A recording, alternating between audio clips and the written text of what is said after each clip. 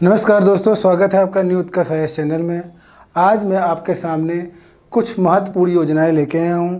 उन योजनाओं में शिक्षा के क्षेत्र से संबंधित कुछ योजनाएं हैं और कुछ जो योजनाएं हैं जो पूर्ववर्ती संचालित योजनाएं हैं उसके बारे में हम लोग देखेंगे। जो पुरानी योजनाएं हैं, मतलब कि जो लेटेस्ट योजनाएं हैं उनको छोड़ दिया जाए। लेटेस्ट योजनाओं का मैंने बना दिया है वीडियो, वो जाके आप लोग देख सकते हैं। ठीक है, तो चलिए ये शुरू करते हैं। जो शिक्षा से जुड़ी हुई योजनाएं हैं आप लोगों ने सुना भी होगा, तो उसके बारे में जानेंगे और कब ये आई हैं इसके बारे में जानेंगे। देखेंगे जो पहला कस्तूरबा गांधी विद्यालय योजना है, सर्व शिक्षा अभियान है, ऑपरेशन ब्लैक बोर्ड है, साक्षर भारत है, राष्ट्रीय माध्यमिक शिक्षा अभियान है, पढ़े भारत बड़े भारत, आंगनबाड़ी केंद्र और मध्याह्न भोजन योजना यानी मिड डे मील योजना है। ठीक है, अब ये योजनाएं क्या हैं, इसमें क्या चीज़ें कि क्या प्रावधान किए गए हैं, क्या उद्देश्य किन उद्देश्यों के साथ ये लाया गया है, उसको देखेंगे। तो कस्तूरबा गांधी विद्यालय योजना की शुरुआत अगस्त 2004 में उसकी शुरुआत की गई इस योजना की।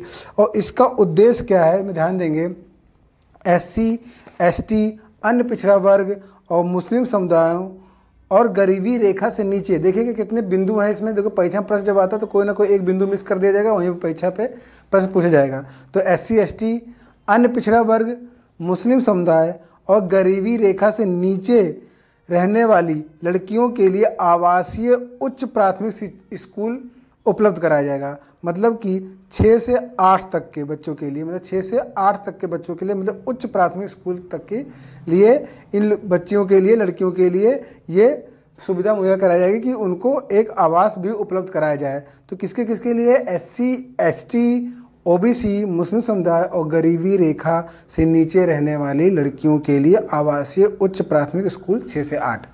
ठीक है, दूसरा क्या है? सर्व शिक्षा अभियान। तो सर्व शिक्षा अभियान जो है वो 2001 में लाया गया था दोस्तों।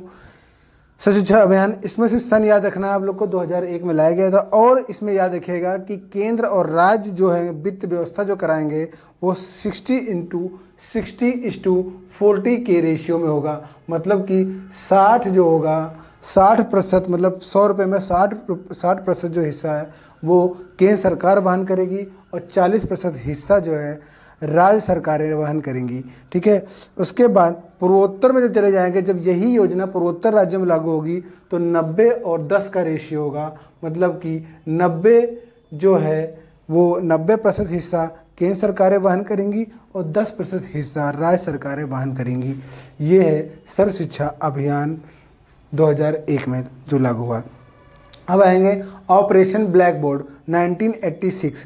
तो ऑपरेशन ब्लैक बोर्ड कब लाएगी? 1986 में लाएगी, 1986 में। इसका उद्देश्य क्या है? प्राथमिक विद्यालयों में न्यूनतम सुविधाएं उपलब्ध कराना, जो जरूरी न्यूनतम सुविधाएं हैं उसको उपलब्ध कराना ऑपरेशन ब्लैक बोर्ड का उद्देश्य है, जो कि 1986 में लाया गया। नेक्स्ट है साक्षर भारत।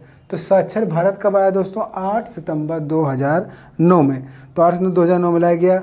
इसको देखेंगे कि 8 सितंबर जो है ये अंतर्राष्ट्रीय साक्षरता दिवस के रूप में मनाया जाता है। उसी तारीख को ये लाया भी गया था।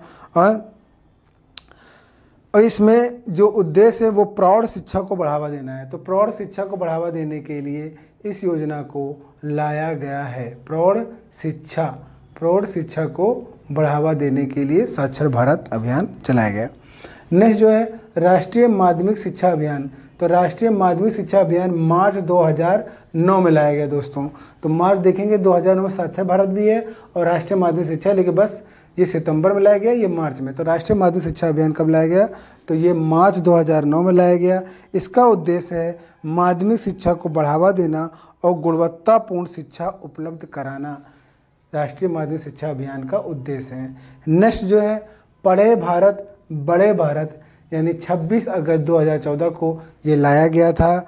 और इसका उद्देश्य है कि पढ़ने और लिखने में रुचि बनाते हुए भाषा में सुधार करना है। ठीक है, दूसरा बिंदु ये है उद्देश्य का कि गणित में उनके सामाजिक परिवेश के संबंध में सहज एवं सकारात्मक रुचि पैदा करना है। ठीक है, तो गणित को लेकर, मतलब मैथ को लेकर बच्चों में रुचि पैदा करनी है, क्योंकि मैथ पढ़ने से उनमें सकारात्मक रुचि का समावेश होता है।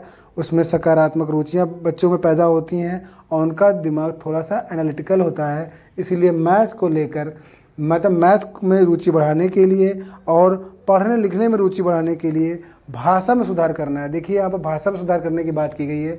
तो भाषा में सुधार मतलब कि ऐसी भाषा का इस्तेमाल करना है पढ़ाते वक्त जो बच्चे आसानी से मतलब कि ग्रहण कर सकें। ठीक है, नेक्स्ट है आंगनबाड़ी केंद्र। आंगनबाड़ी केंद्र जो है वो 1985 में स्थापित किया गया आंगनबाड़ी केंद्र। इस योजना का उद्देश्य क्या है? इस योजना में 3 वर्ष तक के बच्चों की माँ और 6 वर्ष तक के बच्चों को आंगनबाड़ी केंद्र में नियमित रूप से स्वास्थ्य जांच उनकी की जाएगी, टीकाकरण किया जाएगा, स्कूल पूर्व बुनियादी शिक्षाएं दी, मतलब जब तक स्कूल नहीं जा रहे उससे पहले बुनियादी जो शिक्षाएं होती हैं वो दी जाएंगी और पौष्टिक आहार दिया जाएगा। देखिए कितनी ही महत्वपूर्ण आंगनबाड़ी केंद्र जो है, जो योजना आंगनबाड़ी केंद्र योजना जो है कितनी महत्वपूर्ण है। मतलब समझिए 3 वर्ष तक के बच्चों की जो माँ उनको भी ये चीज़ें दी जाएंगी, उनको भी शिक्षाएं दी जाएंगी, उनको भी टीकाकरण जो भी होता है वो सब चीज़ें दी जाएंगी। और 6 वर्ष तक के बच्चों को उनको आंगनबाड़ी केंद्र में रखा जाएगा और उनके टीकाकरण होगा, बुनियादी शिक्षाएं दी जाएंगी, पौष्टिक आहार दिया जाएगा आंगनबाड़ी, जो कि 1985 में आया था। नेक्स्ट योजना जो है मध्याह्न भोजन योजना यानी मिड डे मील योजना, जो कि 15 अगस्त 1995 में आया था। तो 15 अगस्त 1995 में ये आया था। सितंबर 2000 इसमें इसका देखिए ये मिड डे मील योजना में क्या होता है, प्राथमिक स्कूल के बच्चों को क्या जाता है कि भोजन ग्रहण कराया जाता है बच्चों को। ठीक है, तो ये एक तरह से भोजन देने का अभियान है कि जो गरीब परिवार के बच्चे हैं जो पढ़ने आते हैं तो उनको एक पौष्टिक आहार दिया जाए, उस संदर्भ में यह माध्यमिक भोजन योजना चलाई गई है। और इसमें जो बात कही गई है कि जो 2004 से जो प्राथमिक शिक्षा है वहाँ की बात की गई थी। उसके अंदर बच्चों को क्या कि 12 ग्राम प्रोटीन दिया जाएगा और 450 कैलोरी दी जाएगी। भोजन में होना चाहिए, इतना होना चाहिए, मतलब 12 ग्राम प्रोटीन होनी चाहिए और 450 कैलोरी का भोजन होना चाहिए। और 2007 से फिर नई इसी में ऐड किया गया मध्याह्न भोजन योजना के अंदर ही कि उच्च प्राथमिक जो स्तर के जो स्कूल होंगे उसमें 20 ग्राम प्रोटीन और 700 कैलोरी होना चाहिए भोजन के अंदर। ये मिड डे मील योजना में कुछ संशोधन किए गए थे 2004 में और 2007 में दोस्तों। तो ये चीज़ें हैं, हल्का से जानिएगा। लेकिन ज़्यादातर प्रश्न जो आते हैं मिड डे मील योजना पे सन ही पूछ लेते हैं कि कब आया था, कब लागू किया गया था, तो 1995 में। ठीक है, अब आएंगे कुछ और महत्वपूर्ण योजनाओं पर और उसमें हम लोग देखेंगे कि ये कब लागू हुआ था। तो भारत निर्माण कार्यक्रम लागू हुआ था दोस्तों 2005 में। इसको याद रखिएगा, इसको अच्छे से याद रखिए कि भारत निर्माण कार्यक्रम कब लाया गया था। तो 2005 में भारत निर्माण कार्यक्रम लाया गया था। उसके बाद अंत्योदय अन्न योजना जो है वो 2000 ईस्वी की है, 2000 ईस्वी की ये है। तो अंत्योदय अन्न योजना ये है। आश्रय बीमा योजना दोस्तों 2001 की है, 2001 में इसको लाया गया था दोस्तों। स्वर्ण जयंती ग्राम स्वरोजगार योजना जो है वो है 1999 की। फिर स्वर्ण जयंती शहरी रोजगार जो योजना है वो 1997 ईस्वी की है। सन इसको आप नोट करते चलिए और इसको याद करते चलिए, ये परीक्षा में आ रहे हैं कंटिन्यू, इसको देखेंगे हम लोग। ठीक है, प्रधानमंत्री रोजगार योजना देखें। प्रधानमंत्री रोजगार योजना की शुरुआत की गई थी 1993 में। 1993 में जवाहर रोजगार और नेहरू रोजगार योजना लाई गई, ये 1983 में दोस्तों, 1983 ईस्वी में लाई गई। ठीक है, और ड्वाक्रा योजना जो है ये 1982 में आया। 1982 में ड्वाक्रा योजना लाई गई। एकीकृत ग्रामीण विकास कार्यक्रम जो लाया गया वो 1980 में लाया गया। एकीकृत विकास कार्यक्रम कब लाया गया दोस्तों? 1980 में।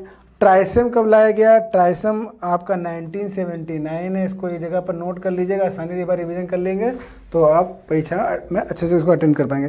काम के बदले अनाज कार्यक्रम दोस्तों कब लाया गया? 1977 से 78 के बीच में। 1977 से 78 ईस्वी में इसको लाया गया था, काम के बदले अनाज कार्यक्रम। ठीक है दोस्तों, उसके बाद स्वाधार योजना बहुत महत्वपूर्ण योजना है, कई बार परीक्षा में पूछा जा चुका है। ये भी 2001 और 2 के बीच में इसको लाया गया था। और ये स्वाधार योजना है क्या? कठिन परिस्थितियों में काम करने वाली महिलाओं पर केंद्रित योजना है स्वाधार योजना, मतलब महिला सशक्तिकरण के संदर्भ में योजना लाई गई थी। 2001-2002 में ये योजना लाई गई। तो इस प्रकार से मैंने आप लोग को जो पुरानी वीडियो हमारी बनाई गई है अभी, और जो ये आज की जो वीडियो है, ये कुल मिला के सारी योजनाओं को सारी महत्वपूर्ण योजनाओं को कवर करती है। अगर आप ये योजना पढ़ के जा रहे हैं तो आप मान के चलिए 100% आप परीक्षा में प्रश्न आएगा तो आप कर लेंगे। ठीक है, ये सभी तरह की परीक्षाओं के लिए ज़रूरी हैं योजनाएं। और आप जानते हैं कि योजनाएं का क्रम भी आ जाता है, अगर आपको सन याद है तो आप क्रम भी सेट कर लेंगे। और योजनाओं किससे संबंधित हैं वो भी पूछा जाता है तो वो भी कर लेंगे। ठीक है, तो आज के लिए इतना ही, धन्यवाद।